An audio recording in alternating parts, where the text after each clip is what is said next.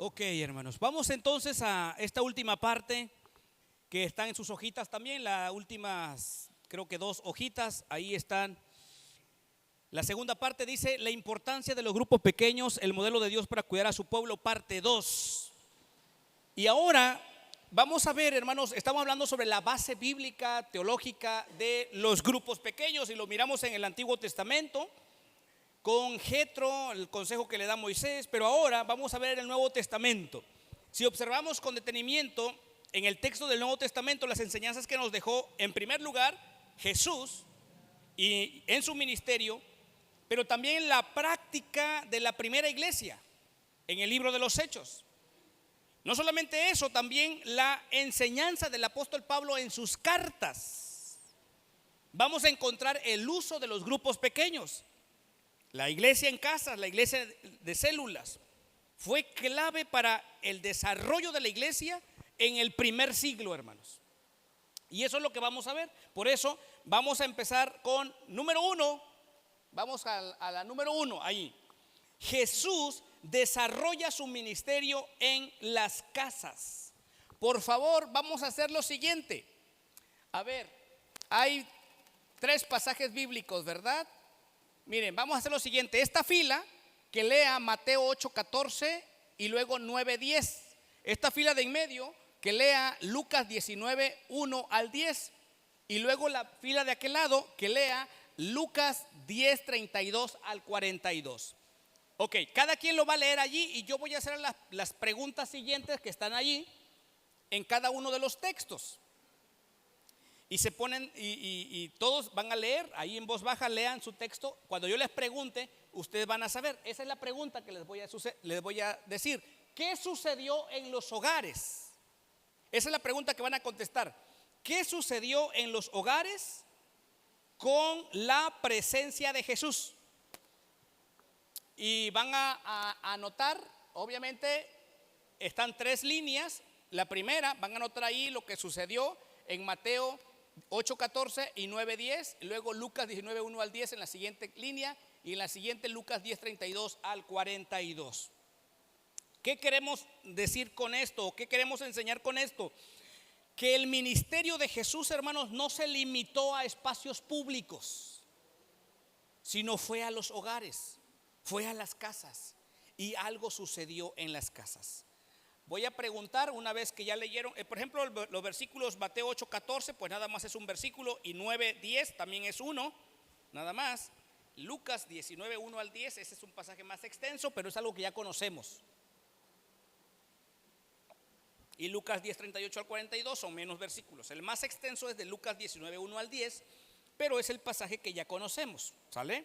Pero vamos a hacer lo siguiente. La primera pregunta que está aquí es: ¿qué sucedió en los hogares con la presencia de Jesús? Dijimos entonces que Jesús no se limitó a los espacios públicos o como en el templo o en las sinagogas, sino, miren, algo muy interesante, muy intencional. Jesús fue muy intencional para llegar a las casas, para llegar a los hogares. De hecho, hay frases en el texto bíblico donde dice: y Jesús entró en la casa de...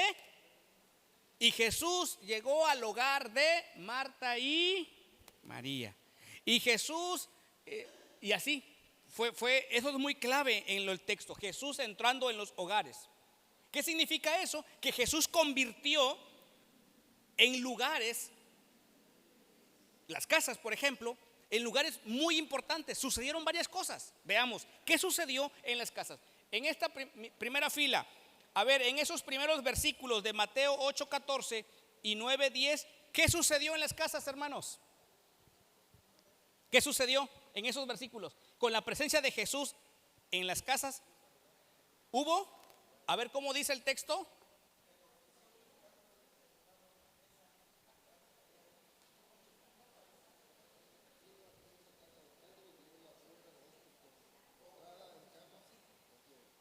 Ok, ¿qué versículo es?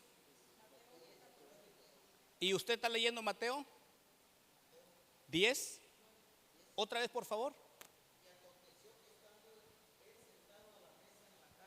He aquí que muchos publicanos y pecadores que habían venido se sentaron juntamente a la mesa con Jesús y sus discípulos.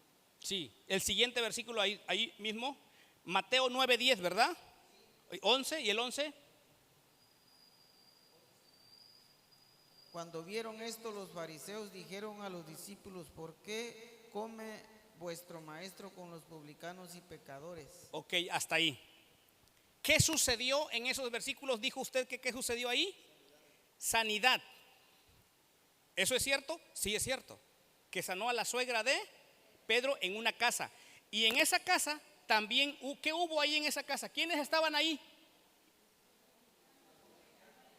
Muy bien. ¿Qué eran los publicanos, los pecadores? ¿Cómo se les tenía a ellos? Apartados. O sea, ¿quién se juntaba con ellos? Nadie, más que Jesús. Entonces, ¿qué ocurrió? Hablando de sanidad, aquí, ¿qué ocurrió? Sanidad. Pero le vamos a escribir en la primera línea. ¿Qué ocurrió con la presencia de Jesús? De acuerdo a esos textos, ocurrió sanidad y restauración integral. Eso escriban. ¿Qué sucedió con la presencia de Jesús allí? ¿Qué dijimos? Sanidad y restauración integral. Vean, hermanos, en la casa de Pedro Jesús sanó a la suegra de Pedro. Vean esto, el hogar, la casa se convirtió en un lugar donde el poder de Dios se manifestó de manera personal y de manera cercana. Ahora, no solamente hubo sanidad física, sino el texto que leyó el hermano es que también hubo restauración. Porque gente que estaba ahí, que era pecadora, que no estaba, Jesús estuvo con ellos. Y eso es algo muy interesante lo que sucedió en las casas. Vean, todo eso sucede en una casa donde Jesús estaba. Vamos al siguiente pasaje bíblico, Lucas 19:1-10. Ustedes conocen el pasaje. ¿Qué sucedió con la presencia de Jesús en esa casa? ¿Qué sucedió? ¿Cómo? Salvación. Salvación sucedió. Hoy ha venido la salvación a esta casa. Entonces van a escribir allí salvación. Pero ¿qué más hubo, hermanos? A ver, sí, salvación lo salvó, pero ¿qué más hubo con Zaqueo? ¿Qué pasó? A ver. Sí lo salvó, pero hay algo más que hizo Zaqueo. Ajá.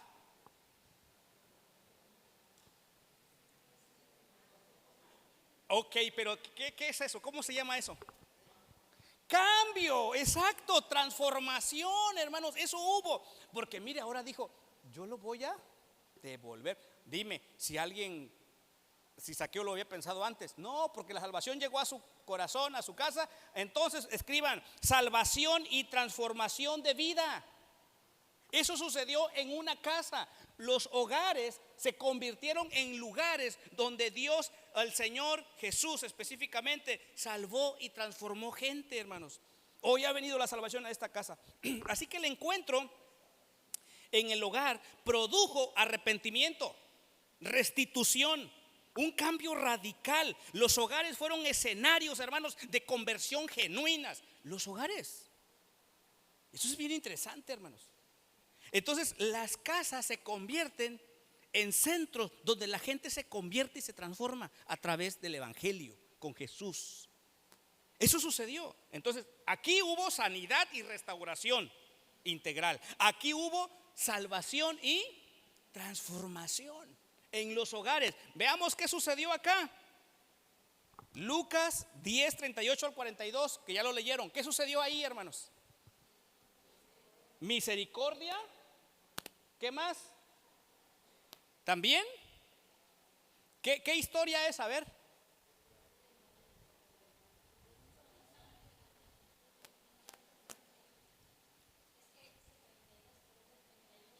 Perdón. Es que sí, tiene razón. Yo dije 30 es que ahí está 32, ¿verdad? No, es específicamente 38-42, hermanos. Yo creo que lo mencioné, pero ahí está mal.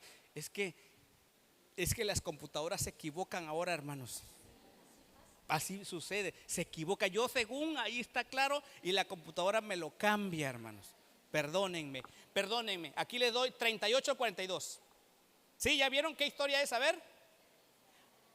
La de Marta, María y Jesús llega a la casa. ¿Qué hubo ahí? ¿Qué hay ahí en esta casa? Servicio, dice la hermana. ¿Qué más? Sí los recibió y eso, bueno, servicio, pero ¿qué más hay ahí? A ver, ¿qué más hay ahí? ¿Qué más sucedió allí? ¿Dónde estaban? ¿Qué estaban haciendo? A ver, ¿qué estaban haciendo? En su casa estaban, pero ¿qué estaban haciendo? ¿Qué dijo Marta? Que estaba preocupada en muchos quehaceres. ¿Y en qué quehaceres creen ustedes que estaba haciendo Marta? ¿Qué quehacer estaba haciendo Marta? La comida, porque iban a comer todos juntos. ¿Sabe lo que simbolizaba la comida en ese tiempo? ¿Sabe lo que significaba sentarse a la mesa? No era cualquier cosa. Yo creo que tampoco hoy debería hacer cualquier cosa. Por eso cuando usted se sienta a comer a la mesa, quite celulares, todo, televisión, por favor. Digo, aprovechando que estamos... ¿Sabe por qué? O sea, porque ese momento de estar en casa, estar a la mesa, hermanos, era sumamente importante y era especial. Por eso quien llegaba a sentarse a la mesa, wow, no era cualquier persona. Pues Jesús llegó allí a esa casa y iban a prepararle cena, iban a comer. Era tan especial la comunión, y por eso digo que debería ser tan especial las comidas en las mesas. La cena, los desayunos, cuando estamos en familia, procuremos comer juntos. Si no se puede en la mañana o en la cena o en la comida, procuremos estar juntos, porque eso es algo significativo. Y cuando vamos a estar juntos, quitemos celulares, quitemos televisión, vamos a concentrarnos, comamos rico, pero también convivamos. ¿Qué hubo en esa casa? Primer aspecto, de acuerdo a esto que estoy diciendo, hubo comunión. Hubo comunión, y eso deben escribir ahí. Hubo comunión. O sea, en una casa hubo comunión, se sentaron todos en la casa, iban a comer, comunión. En un grupo pequeño hay comunión, hermanos. Por eso todo esto hubo también, pero no solamente comunión. ¿Saben qué más hubo? ¿Se acuerdan? Que Marta dice: Señor, dile a mi hermana que me ayude. ¿Y qué le dijo? ¿Qué dijo Jesús? Se la sabe muy bien usted, ¿verdad? Muy bien, te la sabe. Está bien. Y le dice Marta, y luego le dice: y no le voy a decir nada, porque no se le da, ella ha escogido la buena parte y no se le da quitada. ¿Saben qué es eso? Discipulado, enseñanza. Hubo enseñanza en esa casa. Hubo discipulado, por eso aparte de comunión, enseñanza. Enseñanza o discipulado relacional. Escriba usted ahí, enseñanza o discipulado. Todo eso hubo en una casa. Estaban presentes ahí la familia y le está enseñando Jesús. Primero le está enseñando Jesús a Marta que el Señor, Él es prioridad, y está enseñándole. Entonces, en una casa no solamente hubo sanidad y, ¿qué dijimos? Y restauración, sino también hubo salvación y transformación. Y no solamente eso, también hubo comunión y discipulado. Hermanos, todo eso sucede en los grupos pequeños. Miren, más adelante lo vamos a ver, porque cuando ya vamos a empezar a organizar los grupos pequeños. Miren, hermanos, regularmente en las casas ofrecen un cafecito, como hoy. Regularmente. No es una obligación, no es que la casa, el anfitrión debe de dar algo. No. Pero ustedes saben que nosotros somos. Entonces, de repente el de la casa va a poner un café o un pancito, y de repente el otro hermano que va a llegar allí: oiga, hermano, ¿y qué llevo? No, pero no te preocupes. No, hombre, sí, yo llevo el pancito. Ok. O sea, y se va armando, hermanos. Hay un grupo de vida que está allá en Oaxaca, de nuestra iglesia, que eso sí se pasan. Eso hacen cenas. De verdad, exacto. Eso hacen cena. Cada jueves, ellos se reúnen los jueves a las 7 de la noche. Lástima que yo no puedo ir ahí, porque yo atiendo un grupo los jueves. Y ahí hacen cena. Yo fui a ese el último de diciembre, hermanos. No. Pozole y no sé qué más.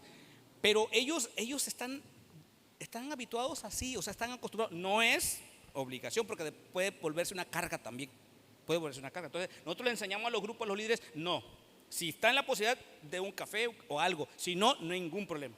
Pero no, ellos es fiesta, porque les encanta estar con su grupo. Y dejen decirle, hermano, ese es un grupo que no quiere, están un poquito rebeldes. No quieren multiplicarse, hermanos. es que ese es el punto, hermanos. Miren, están alrededor de 20. Por lo tanto, mi sugerencia fue, oiga, hay que multiplicarse 10 y 10, hagamos otro grupo más allá. Pero no quieren, hermanos, no sé cómo le voy a hacer. Pero bueno, yo ya se le dije que este año íbamos a multiplicarlo. ¿Sabe por qué? Porque viene una familia de aquel lado y yo tengo una familia nueva que estoy en consejería con esa familia nueva. Entonces necesito ponerlo en un grupo pequeño. Y ya le dije, no va a venir hasta acá donde ustedes se reúnen, sino tu casa que está cerca la vas a abrir. Y me dijo, sí, está bien, pero es que los hermanos me invitan, dice que yo vaya para allá. Y ese grupo es un grupo muy grande, 20 más o menos. No quieren multiplicarse, pero la idea, vamos a hablar de esto más adelante. ¿Qué hacer con los que no quieren multiplicarse? Vean lo que sucedió en los grupos pequeños. Y por supuesto, allá hay una comunión tremenda. No. Ya después me entero en que es cierto, el hermano está visitando una misión. Pues se lleva a los varones. Oiga, vámonos a la misión. Y se los lleva. ¿Y qué hacen los demás varones? Acceden porque están en una relación tan cercana. Oye, vámonos a la misión porque fíjese que me ayudan. Sí, le dicen ellos. Y agarran su machete y fueron a quitar monte del terreno. O sea, porque hay una cercanía y que no le pueden decir que no. Se los lleva a la misión. O sea, ¿está padre? Sí, está padre. O sea, está bien. Pero esa es la cercanía que hay con ellos. Se conocen bien, tienen mucha confianza. Me agrada la idea. Lo que no me agrada es que se multiplique porque ya es grande. Entonces necesitan hacerlo. Porque es la filosofía de nosotros en los grupos pequeños. Principio número 1.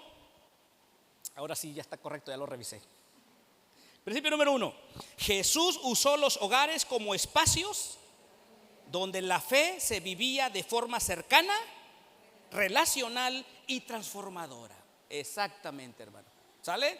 Vamos con el segundo ejemplo. Este es de Jesús en los hogares, hermanos. Ahora, no solamente, y de eso podemos usar muchos ejemplos, hermanos, cómo Jesús estuvo en los hogares. La idea aquí, este es solamente un ejemplo para ver que es bíblico, que Jesús estuvo en los hogares haciendo todo esto.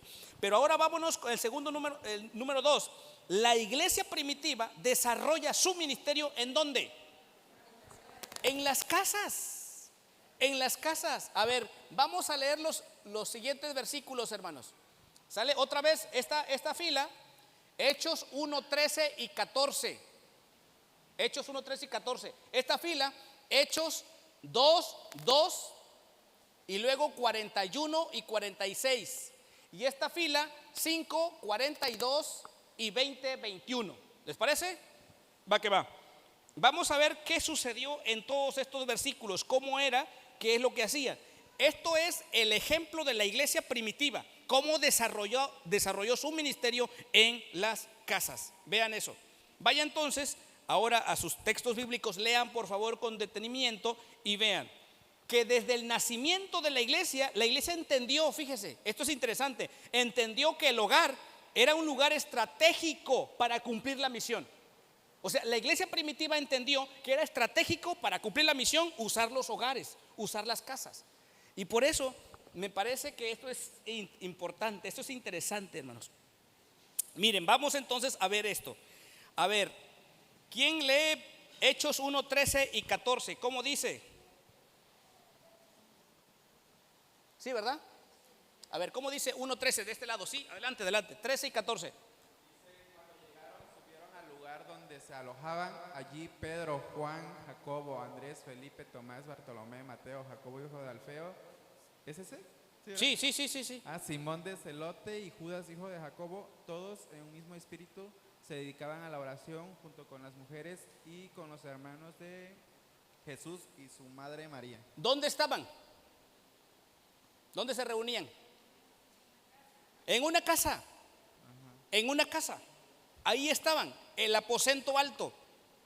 Ahí estaban, en una casa, reunidos. Ahora el capítulo, dije que también el 2, 2, ¿cómo dice?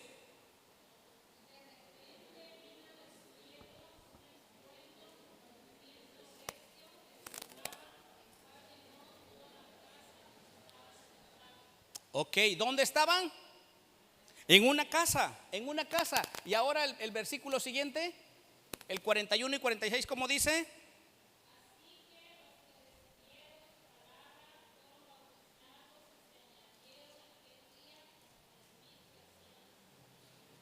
Oiga, ¿ya había templos para reunir 3,000 personas? No. ¿Dónde se reunían? En las casas. ¿Cuánta gente se agregó? ¿Cuánta gente se agregó? Ahora, siguientes versículos.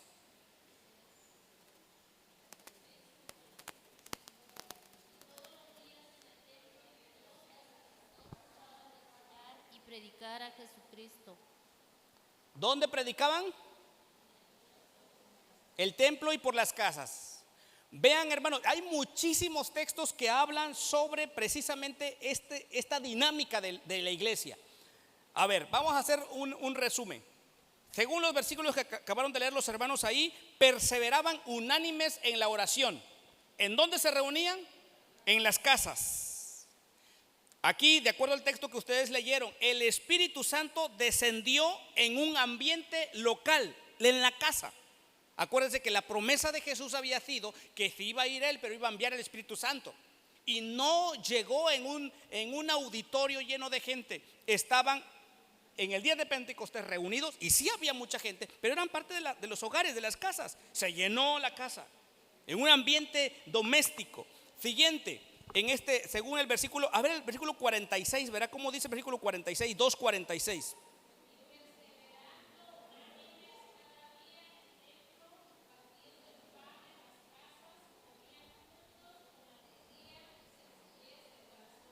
Vean, hermanos, en una casa compartían la palabra, el pan.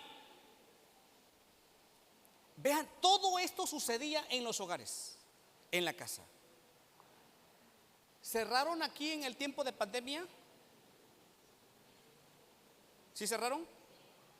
¿Cuánto tiempo? 2 meses. ¿Qué hicieron en esos 2 meses?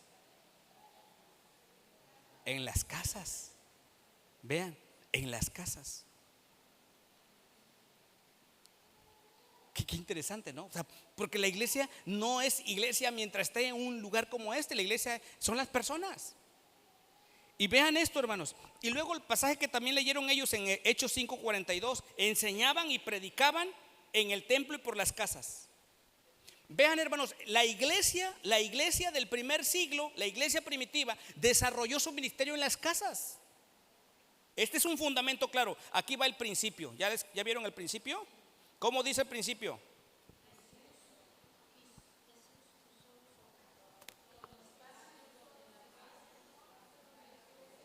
No, eso ya lo escribieron, ¿verdad? A ver. Ajá, pero eso ya lo escribieron aquí, ¿no? Aquí ya estaba. Aquí van a escribir lo siguiente. Ese principio es el pasado. Sí, estaba siempre mal. A ver, aquí está el principio. Escriban, por favor. La iglesia creció en número y en madurez. Escriban. La iglesia creció en número y en madurez. ¿Sí ya?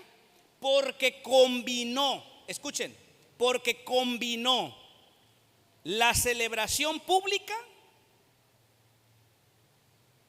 con y en los hogares. Escriban ese principio. La iglesia creció en número y en madurez porque combinó la celebración pública y en los hogares. Vean esto, hermanos. No le hagan caso a ese principio que está ahí, sino a este que le dicté. La iglesia creció en número y en madurez porque combinó la celebración pública con lo de los hogares. Vean esto, ese equilibrio. Por eso yo decía hace rato, hermanos, que necesitamos los dos lugares, con énfasis en los hogares. Y ustedes me dirán, hermano, pero ¿qué pasa? La verdad, yo decía hace rato que yo los felicito porque hay un buen grupo de reunidos entre semana. Quiero pensar que aquí no tienen problemas con los cultos de oración y con los cultos de estudio bíblico, lo que sea. Me parece genial. Yo no sé, se deberá a otros factores, vive usted más cerca, no tiene que tomar carros de 1 hora, no sé, la razón que sea. Y me parece genial, me parece genial. Yo me gustaría tener un buen grupo así reunidos. Ahora, la idea aquí es el equilibrio, cómo combinar los hogares con las reuniones públicas. Esa es la idea. Sobre todo para el alcance de gente nueva, pero también para que la gente se sienta pastoreada y creciendo. Número 3, vamos con el ejemplo del apóstol Pablo, que desarrolla su ministerio en las casas. El apóstol Pablo desarrolla su ministerio en las casas. Miren, vamos a hacer lo siguiente otra vez. Primero los Corintios en la fila de mi derecha, 16-19. La fila de en medio, Romanos 16, 3 al 5. Y en esta fila, por favor, Colosenses 4, 15. Solamente ese versículo. Filemón 2 es todo el capítulo, entonces, o mejor dicho, todo el versículo, porque nomás tiene un capítulo. Pero quisiera que nada más leyeran 1 Corintios 16, 19 de aquel lado, Romanos 16, 5 aquí y Colosenses 4, 15. Solamente esos versículos. Vean, hermanos, el apóstol Pablo desarrollando su ministerio en las casas. A ver, eso es interesante, hermanos. Miren, Pablo no solo plantaba iglesias, sino establecía iglesias que se reunían en casas. ¿Cómo dice el texto? Fuerte, por favor, alguien aquí.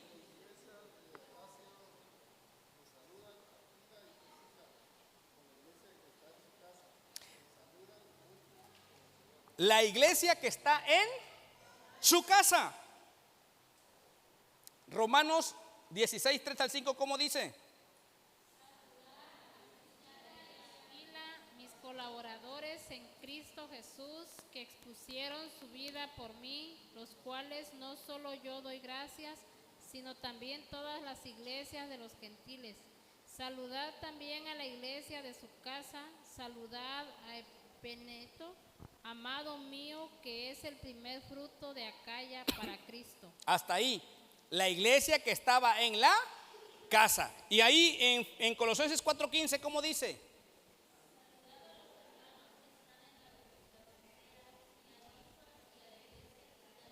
Muy bien, gracias. ¿Cuál es la idea aquí, hermanos? Que veamos que el apóstol Pablo también desarrolló su ministerio en las casas. No solamente plantó iglesias, sino que establecía iglesias, pero en los hogares. Así que las casas se convirtieron en centros de enseñanza, de oración, incluso de liderazgo. Levantó líderes. Familias enteras abrían sus casas, sus hogares, para servir al cuerpo de Cristo, para servir a la iglesia, para servir a los demás. El discipulado era cercano, práctico y multiplicador. Eso sucedía en las casas. Por eso el principio 3, ahora sí, ¿verdad? Dice así: las iglesias en casas permitieron el crecimiento, la participación activa y la formación de nuevos líderes. Mire lo que sucedía, 3 cosas. Permitieron el crecimiento, participaban activamente y formaban nuevos líderes. Todo esto sucedía, hermanos, en las casas. Todo esto sucedía en las casas. Y es cierto, hermanos, porque miren, un líder para empezar a guiar debe empezar por donde están poquitos. Me dice un hermano que estamos entrenando, me dice: oye, pastor, él ya predica, él ya está predicando en los domingos, no siempre, pero está predicando. Pero me dijo: ¿sabes qué, pastor? Mándame, pero a la colonia Aurora. Nosotros tenemos 2 centros de reunión. Los domingos en la colonia Aurora, cerca del Fortín, ahí nos reunimos a las 9 de la mañana. Ahí el grupo es menos. En Loma Bonita, a las 11:30 el domingo, es mucho más grande. Entonces él me dice: mándame, pero a la Aurora, ahí quiero predicar, porque hay menos personas. Entonces así se empieza. Entonces los líderes empiezan donde son poquitos. Y está bien, ahí empieza el desarrollo de su liderazgo. Por eso, miren, todo esto es lo que sucedió aquí en las casas. Y hermanos, así podemos tener líderes. No, nuestros misioneros que han surgido así precisamente. Empezaron con un grupo pequeño, con su célula, y ahora son maestros de discipulados de la escuela de discipulado que tenemos. O otros se fueron de misioneros, abrieron iglesias. Esa es una gran ventaja. Se entrenan con los grupos pequeños, ¿verdad? Porque a ver, hermanos, si vamos a desarrollar líderes, ¿dónde los entrenamos? ¿Dónde creen ustedes que se deben entrenar? Aquí. A ver, si va a predicar por primera vez o dar una enseñanza, ¿dónde lo va a hacer? Ni modo que le enviamos a la iglesia que está al lado y que aprenda allá, y ya cuando aprendió ya vienen aquí. Pues no. Pero luego somos como las empresas, ¿no? Que están solicitando ahí empleados, pero dicen: con 3, 5, 10 años de experiencia. Si está saliendo de la universidad, del joven, la señorita, ¿cómo? ¿Dónde? Pero de repente así hacemos. Si queremos a alguien pero experimentado. ¿Pero dónde va a experimentar, hermanos? Si no es aquí. Por eso necesitamos abrir momentos, tiempos para hacerlo. Me encanta, está un excelente grupo de alabanza aquí. Y pienso que algunos están en ese proceso y ya están aquí. Gloria a Dios por eso. Por eso el entrenamiento. No estoy diciendo que cualquiera suban ahí para que den la enseñanza. No, entrenarlos, capacitarlos. Y ahora sí, vámonos. Pero démosle chance, pues. Bueno, es lo último que voy a decir, un vistazo a la historia de la iglesia. Y con esto terminamos. Un vistazo a la historia de la iglesia. Vean, durante los primeros siglos, siguiente, a ver si está por ahí, siguiente, ahí está. Durante los primeros siglos, la iglesia no tuvo edificios, ¿sí sabía usted? Ok, no tenía edificios durante los primeros siglos. Aún así, creció de forma poderosa porque cada creyente entendía que su hogar era un espacio de misión. Eso me encanta, hermanos. Cada hogar, cada familia sabía que su espacio era un campo de misión. Fíjese al grado de que cada hermano, cada creyente, cada cristiano, cada discípulo se creía un misionero. Yo soy el misionero de aquí, de mi colonia, para seguir hablando. Eso era muy importante. ¿Cuál fue el resultado, hermanos? ¿Cuál fue el resultado de este ministerio? ¿Cuál fue el resultado? Iglesias vivas, no dependientes de un edificio, creyentes comprometidos, no espectadores, y una fe que se transmitía de persona a persona. Eso era extraordinario, hermanos. Hubo una revolución en la iglesia, de verdad. Miren, desde la iglesia primitiva, luego posteriormente a los siguientes años, aún en medio de la persecución.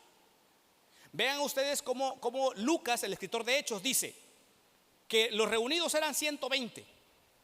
Y despuesito el capítulo 2, versículos 41 y 42 dice que eran como 3,000. El capítulo 5 dice que eran como 5,000. Y más adelante el capítulo 6 dice, y el número de creyentes se multiplicaba. O sea, ya no se podía contar, muchísimo. Y llega uno al capítulo 17 del libro de los Hechos, 17, 1 al 16, dice, hay una frase muy que usted lo debe recordar, ahorita se lo voy a decir. Estaban persiguiendo a los cristianos. Dice que hubo una situación complicada con un tal hombre llamado Jasón, que querían entrar a su casa para llevárselo a arrastrar, lo iban a arrastrar porque él era un cristiano. Y luego agrega una frase ahí que decía la gente de allá afuera del mundo, decía, estos que trastornan el mundo entero también han llegado hasta acá. Y eso es extraordinario. Una iglesia, un grupo de cristianos estaban trastornando el mundo de aquel entonces. Ahora, déjenme hacer una pregunta. ¿Cuántos años habían pasado? Desde que Jesús ascendió. Estamos en el capítulo 17 de Hechos. ¿Cuántos años creen ustedes que han pasado para que la gente diga que esos cristianos, ese puñado de cristianos, estaban trastornando el mundo entero? ¿Cuántos años creen ustedes que habían pasado ya de que Jesús había ascendido? O sea, ¿cuánto tiempo más o menos más o menos del libro de los Hechos o de Lucas cuando Jesús ascendió y se quedaron los discípulos hasta el capítulo 17? Es sorprendente porque uno puede decir, capaz pasaron 100 años. No, solamente más o menos 25 años. 25 años de que el maestro había ascendido a los cielos y este grupo de cristianos estaban trastornando el mundo. ¿Cuántos años han pasado hoy? Desde que Jesús se fue, ¿hace cuántos años han pasado? 2000 años, veamos, más o menos 2000 años. Y el mundo está trastornando a la iglesia, no la iglesia al mundo. La iglesia está siendo seducida por el mundo. Dice un hermano, no estamos haciéndole ni cosquillas al mundo. Algo está pasando. Estos cristianos revolucionaban al mundo.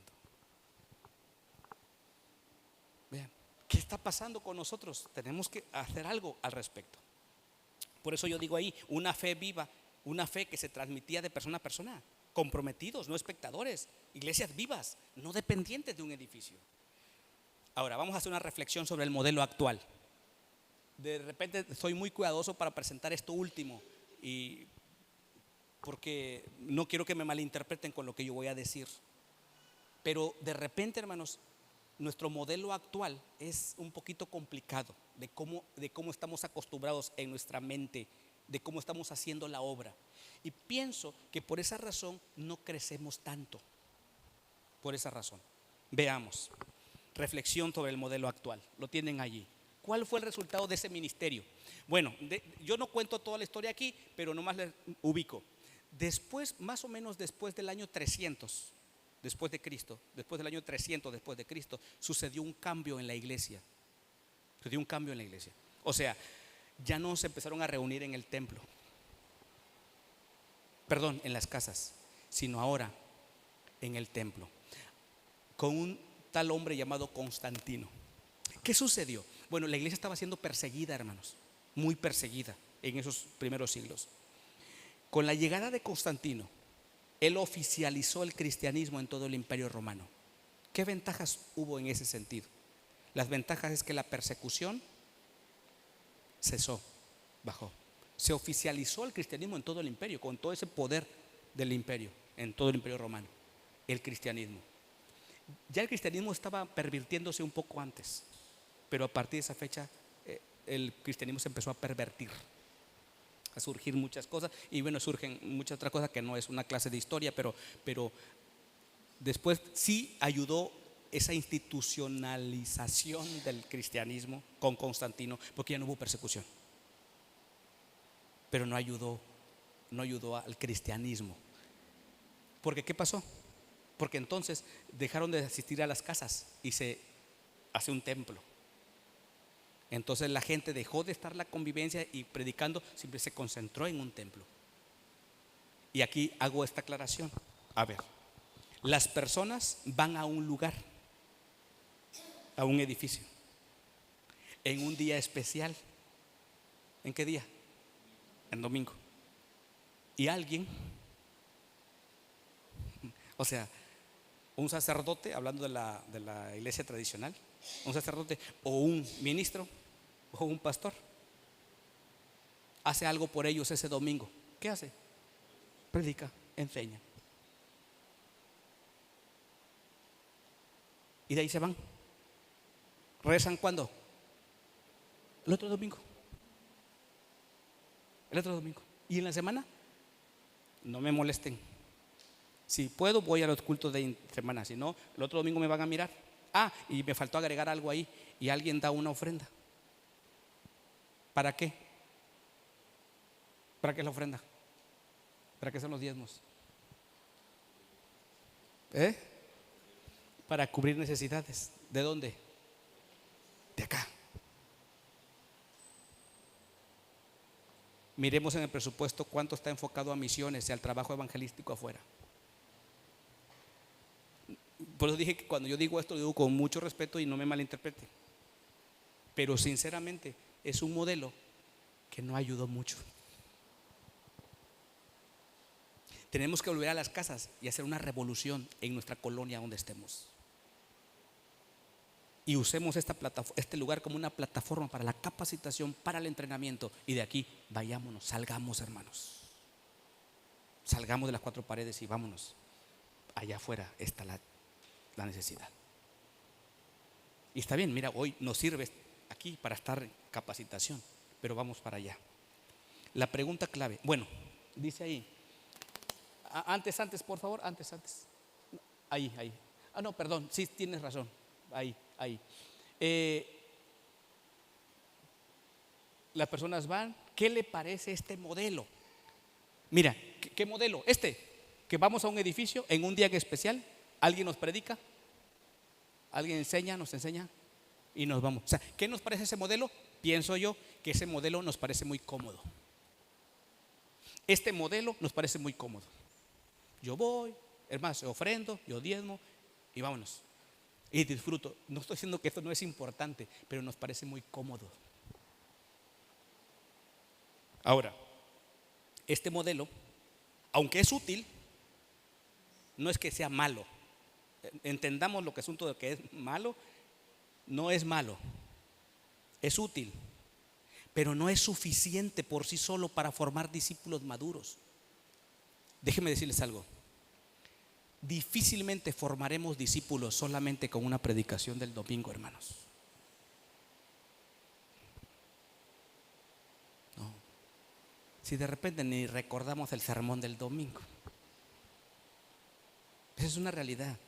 Entonces, si usted piensa que solamente con venir a un culto los domingos ya y escuchó la palabra ya está bien todo, no es cierto, hermanos. No formaremos discípulos maduros solamente con una predicación del domingo, aunque el sermón sea lo mejor que pueda usted escuchar. No es suficiente. Tenemos que hacer algo al respecto. Aquí hay otros elementos. Ahora, la pregunta es: ¿se animarán los miembros y asistentes de nuestra iglesia a volver a los hogares? Y cuando se haga la proyección diga: yo abro mi hogar, pastor, yo abro mi hogar. Aquí voy a empezar con mi familia que no es cristiana, me la voy a traer aquí a la casa. Mi compañero de trabajo, yo le invité a un café, que venga en la semana y venga, vamos a empezar aquí. Imagínate, cada familia hace eso. Sería extraordinario. Sueño con eso. Bien, la última, por favor, la última. Los asistentes y los miembros. En el edificio, ¿qué hacen? Reciben. En los hogares, comparten. A ver, hermanos, ¿quién pone sillas aquí? ¿Quién pone sillas y barre y todo eso? ¿Quién? Quien le toque. ¿Es así? Quien le toque. Antes era así. Alguien. Ok. Mira, está. Podríamos decir, hasta está mejor. Podríamos decir. Pero mire, alguien que la familia que le toque. Ok. Bueno, ahora alguien lo hace. Fíjese. Yo ya no voy a tomar una escoba porque alguien ya lo hace. Pero en la casa, ¿quién cree usted que va a barrer la casa para recibir a la gente? ¿Quién cree usted que va a poner las sillas? El de la casa. O sea, ahí sí comparte. Aquí solamente recibe. Y el domingo usted llega y está todo limpiecito. Sillas limpiecitas, listísimo todo. Llegamos a sentarnos y escuchar. En tu casa, cuando la abres para recibir gente, no. Allí, porque es así, ¿no? La semana podríamos tenerla sucia, pero cuando va a venir gente, la limpiamos. Y ahí entonces hay chamba, hay algo que hacer. ¿Cierto o no es cierto? Bueno, en edificios la gente esperan. En los hogares participan. En los hogares participan. Siguiente, los asistentes y los miembros en el edificio son consumidores. En los hogares son discípulos, son productores. En un lado se consume, en el otro se produce. Sí, porque está el que va a dirigir quizás el grupo de vida, otros van a darle estudio y todos van a estar participando. Y si hay una guitarrita, van a cantar algo, otro está tocando. O sea, todos están participando. Y el otro está poniendo el café. ¿Sí me explico? O sea, todos están participando. Ese es algo bueno de los grupos pequeños. Por eso digo que en el edificio solamente consumimos. Y en los hogares, discípulos. En los edificios, pasivos. En los hogares, activos. Ya decía yo, andamos movidos. Digo, sí, hasta el más chiquito, levanta tus tenis, levanta tú eso, porque va a venir la gente al ratito. ¿No? O sea, y todo el mundo activo. ¿Por qué? Porque van a recibir a alguien que va a venir en la casa. Todos están activos. Siguiente, en el edificio son espectadores. En los hogares son protagonistas. Estamos haciendo algo. Esta es la diferencia. Los asistentes y miembros en el edificio son ajenos. En los hogares están conectados. Sí, porque aquí al rato nos saludamos, ya nos vamos. Pero en los hogares no. De repente los grupos de vida allá, ya terminó el grupo, porque tenemos un horario específico. Y los otros se quedan a platicar. Yo les digo, ese ya es asunto de ustedes, ¿eh? Si se quedan más tiempo ya es asunto de ustedes. Pero es el tiempo nada más que necesitamos para este tiempo de estudio bíblico y de oración. Pero están conectados. En el edificio son anónimos. De repente, hermano, ni saludaste a la persona que se sentó hasta allá atrás, ni lo saludaste. Se fue y no lo saludaste. Vino el domingo, pero no saludaste. De repente, no vino el hermano. Sí vino. No vino. No, sí vino. ¿Y dónde estaba? Pues no lo saludó. Hasta allá. ¿No nos pasa así? Nos pasa así de repente. Entonces, ¿por qué? Porque en el edificio somos anónimos, pero en los hogares somos conocidos y somos cuidados. Me parece que eso es sumamente importante. Termino diciendo, ahora sí la conclusión. Creo que sí. No, ese no. Eso solamente lo podemos dejar como una entrada para el siguiente curso. ¿Sale? Miren, visión del ministerio de los grupos pequeños. Es una de nuestras visiones de los grupos pequeños allá en nuestra iglesia, que puede ser una visión también para ustedes. Ser la no, antes. ¿Esa? ¿Sí? ¿Ahí estamos? Ser la extensión práctica y real del pastoreo de la iglesia. Ser la extensión práctica y real del pastoreo de la iglesia. Esa es la visión de los grupos pequeños. Y luego dijimos entonces que son un modelo bíblico, no son una moda, es un modelo bíblico, teológico, histórico, que fortalece la comunión, forma discípulos, activa los dones y multiplica la iglesia. Y hermanos, de verdad, en el tiempo que nosotros trabajamos con grupos pequeños ha sucedido esto. Tenemos nuevos líderes, tenemos nuevos pastores dentro de la iglesia, hemos formado un equipo pastoral, tenemos misioneros que están yendo a otros lugares, que están sembrando a otras iglesias. De hecho, yo mañana voy para la zona de aquí de los Loxichas, la Soledad, los Horcones, Candelaria, Loxicha, donde están nuestros hermanos sembrando iglesia. Yo voy mañana para allá para estar con ellos. Pero miren, este es producto del desarrollo de liderazgo en los grupos pequeños. Y entonces creo que eso va a ser una gran bendición. Y por eso, y además como pastores, pues ya tenemos un poco más de libertad. Mire, pues estoy aquí, porque mañana tenemos un evento muy importante mañana en la iglesia. Es una conferencia de matrimonios, un evento especial para los matrimonios. Mañana tenemos gente invitada, pero hay alguien más que va a estar ahí dando la conferencia, que es el pastor Rafael, que es mi copastor, y él estará allí.